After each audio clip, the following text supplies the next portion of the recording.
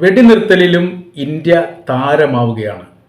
കൃത്യവും വ്യക്തവുമായിരിക്കുന്ന ലക്ഷ്യത്തോടു കൂടി ശത്രു രാജ്യത്തെ ആക്രമിച്ചുകൊണ്ട് ഇന്ത്യ വിജയക്കൊടി പാറിച്ചതിന് പിന്നിൽ വെടിനിർത്തലുമായി ബന്ധപ്പെട്ട കാര്യത്തിലും സമാനമായിരിക്കുന്ന വലിയ രീതിയിലുള്ള ട്വിസ്റ്റാണ് പുറത്തു വന്നിരിക്കുന്നത്.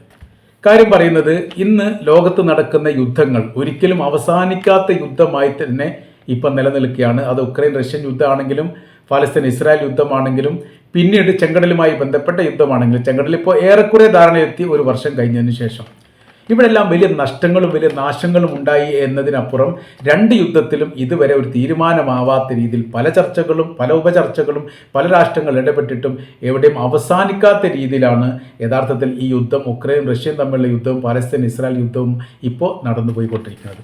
എന്നാൽ ഇന്ത്യയെ സംബന്ധിച്ചിടത്തോളം കാശ്മീരിലെ പഹൽഗാമിൽ പാകിസ്ഥാൻ ഭീകരർ ആക്രമണം നടത്തുന്നു, ഒരുപാട് പേരെ ഇന്ത്യൻ ടൂറിസ്റ്റുകളെ വെടിവെച്ച് കൊല്ലുന്നു. അത് വലിയ രീതിയിലുള്ള ആഘാതം തന്നെ ഇന്ത്യക്കുണ്ടായി. ഈ ആഘാതം ഇന്ത്യക്കുണ്ടായി എന്ന് മാത്രമല്ല, ലോകം മുഴുവനും അതിൽ ഇന്ത്യയോടൊപ്പം ചേർന്ന് നിന്നുകൊണ്ട് പ്രതിഷേധിക്കുകയും ചെയ്തു എന്നുള്ളതാണ് ഏറ്റവും വലിയ പ്രത്യേകത. ഇന്ത്യ രാജ്യം ചെയ്ത ഏറ്റവും പ്രത്യാക്രമണവുമായിട്ട് ബന്ധപ്പെട്ട് ഇന്ത്യ ചെയ്തത് ക്ഷമയോടുകൂടി വളരെ കൃത്യമായിരിക്കുന്ന ലക്ഷ്യം കാണുന്ന തരത്തിൽ ഇന്ത്യയുടെ സർവ്വ സൈന്യ മേഖലയെയും ഏകോപിപ്പിച്ചു എന്നുള്ളതാണ്. കര, വ്യോമ, നാവിക മേഖലയെ ഒരുമിപ്പിച്ചുകൊണ്ട് പാകിസ്ഥാൻ്റെ അതിർത്തിയുടെ ഏത് ഭാഗങ്ങളിലാണ് ഭീകര സംവിധാനങ്ങൾ ഉള്ളത് എന്ന് മനസ്സിലാക്കിക്കൊണ്ട് വളരെ കൃത്യവും വ്യക്തവുമായ രീതിയിൽ ലക്ഷ്യം കണ്ടുകൊണ്ട് ആക്രമിച്ച് അത് വലിയ രീതിയിലുള്ള പാഠം പാകിസ്ഥാന് നൽകി എന്നുള്ളതാണ്. പാകിസ്ഥാനെ സംബന്ധിച്ചിടത്തോളം അപ്രതീക്ഷിതമായിരിക്കുന്ന ഒരു ഇന്ത്യയുടെ ആക്രമണത്തിൽ അവർ യഥാർത്ഥത്തിൽ ഞെട്ടിത്തരിച്ചു പോയി. ഏത് തരത്തിൽ പ്രതികരിക്കണം എന്ന് പോലും അറിയാത്ത രീതിയിലുള്ള സാഹചര്യമാണ് അവിടെ യഥാർത്ഥത്തിൽ സംജാതമായത്.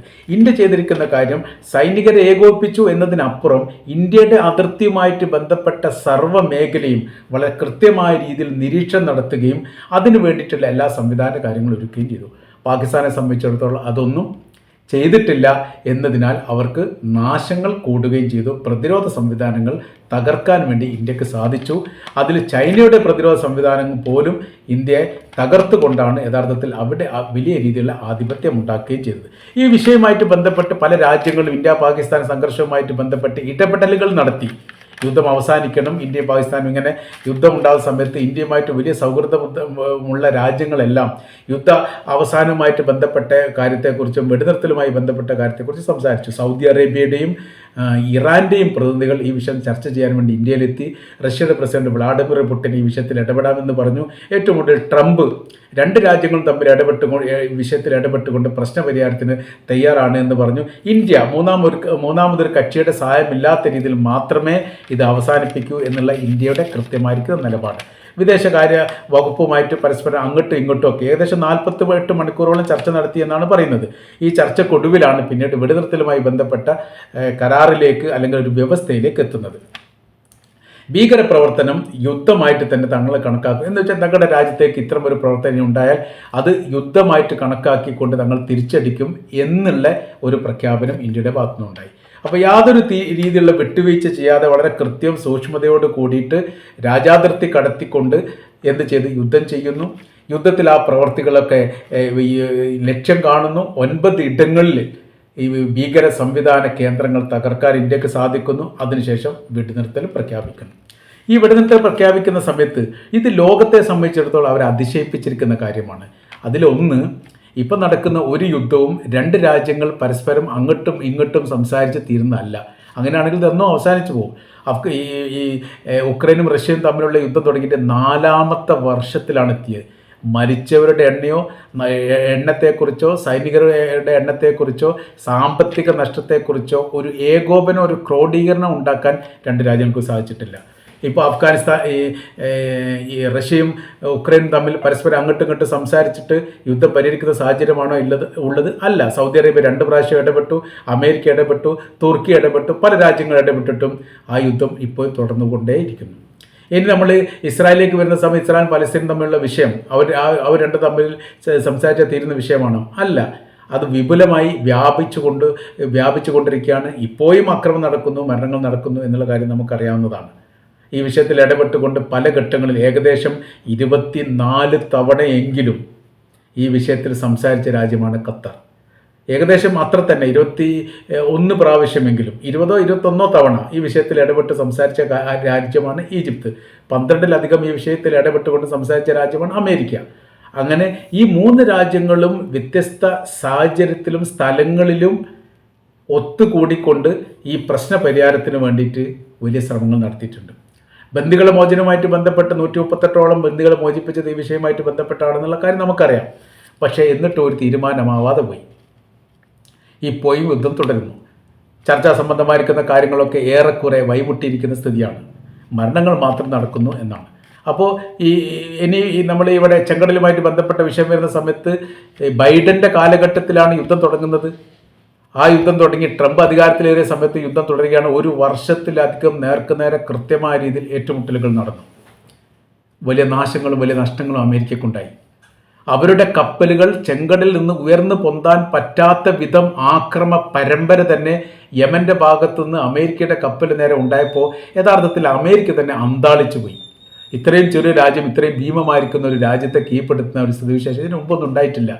ലോക ചരിത്രത്തിൽ ഇതൊക്കെ ആദ്യമാണ്. ഇപ്പോൾ നടക്കുന്ന എല്ലാ സംഭവവും ലോക ചരിത്രത്തെ സംബന്ധിച്ചിടത്തോളം അത്ഭുതകരമായ രീതിയിൽ ഇപ്പോൾ നടക്കുന്നതാണ്. ഇതിനു മുമ്പൊന്നും സമാനമായിരിക്കുന്ന സംഭവങ്ങളില്ല എന്നുള്ളതാണ്. ഇവരുടെ പ്രശ്നം ഇതിൽ ഇടപെട്ടുകൊണ്ട് ഒമാനാണ് സംസാരിക്കുന്നത്. അപ്പോൾ ഒരു മധ്യസ്ഥർ അവിടെ ഉണ്ട്. ഒമാൻ സംസാരിക്കുന്നു, അമേരിക്കയോട് സംസാരിക്കുന്നു, യമനോട് സംസാരിക്കുന്നു, കരാർ വ്യവസ്ഥ ഉണ്ടാക്കുന്നു. അമേരിക്കയിലെ കപ്പലിനെ ആക്രമിക്കരുത് എന്ന് യമനോട് പറയുന്നു, യമനിൽ കയറി ആക്രമിക്കരുത് എന്ന് അമേരിക്കയോട് പറയുന്നു. അമേരിക്കയെ സംബന്ധിച്ചിടത്തോളം ഏതെങ്കിലും ഒരു കച്ചിത്തിരുമ്പ് കിട്ടിയാൽ അക്രമം നിർത്താൻ അല്ലെങ്കിൽ യുദ്ധം അവസാനിപ്പിക്കാൻ അവർ തയ്യാറാകുന്നു. അങ്ങനെ കരാർ വ്യവസ്ഥ പൂർണ്ണമാകുന്നു. അമേരിക്കയും യമനും തമ്മിലുള്ള വിഷയത്തിന് ഒമാൻ്റെ മധ്യസ്ഥതയിൽ പൂർണ്ണത എത്തുന്നു. 3 യുദ്ധവും നമ്മൾ സംസാരിച്ചു. 2 അവസാനിച്ചിട്ടില്ല. 1 അവസാനിച്ച മൂന്നാം രാഷ്ട്ര ഇടപെട്ടതിനാലാണ് അവസാനിക്കുന്നത്. ഇനി ഇന്ത്യ പാകിസ്ഥാൻ തമ്മിൽ യുദ്ധം നോക്കൂ. അതിശക്തമായിരിക്കുന്ന അക്രമമാണ് ഇന്ത്യയുടെ ഭാഗത്തുനിന്ന് ഉണ്ടായത് എന്നുള്ളത് ഈ പാകിസ്ഥാൻ തന്നെ സമ്മതിച്ചു.